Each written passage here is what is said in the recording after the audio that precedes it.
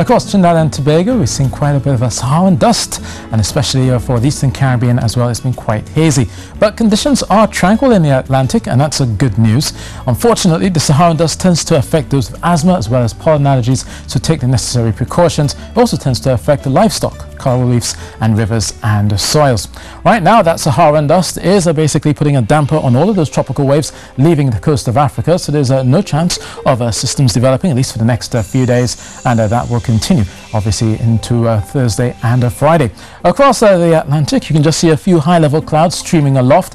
Some of that has basically also been putting a damper on that tropical wave which passed earlier this morning.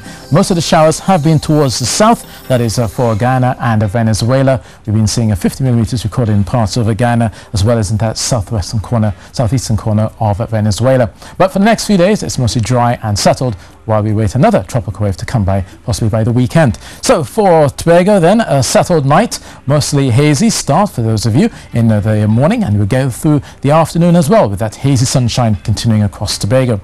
Hazy as well for Trinidad, but there's a slight chance of a few overnight showers, especially along the south coast through Moruga into Point Fortin as well. But for northern Trinidad, just occasional clouds, that brief shower early on in the morning, but through the afternoon mostly settled, and that will be the trend for southern areas of Trinidad as well. But once again, you will notice that as long as you're along the south coast there for Columbus Channel, you will pick up a few showers coming across the hillsides, maybe getting as far north as Penal and Point Fortin during the day.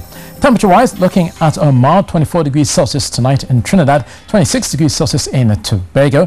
For Trinidad, there is a small matter of a test match. They do say that if you plant stumps, you will get rain. There's a lot of Saharan dust in the air, and that will likely put a damper on basically keeping conditions mostly hazy and settled, not only for Wednesday, but more so for Thursday and Friday. For Tobago, that haze will continue through Thursday, Friday, and into Saturday. And as we said before, there's a tropical wave set to come by, possibly by the weekend, so we could be seeing some showers come Sunday.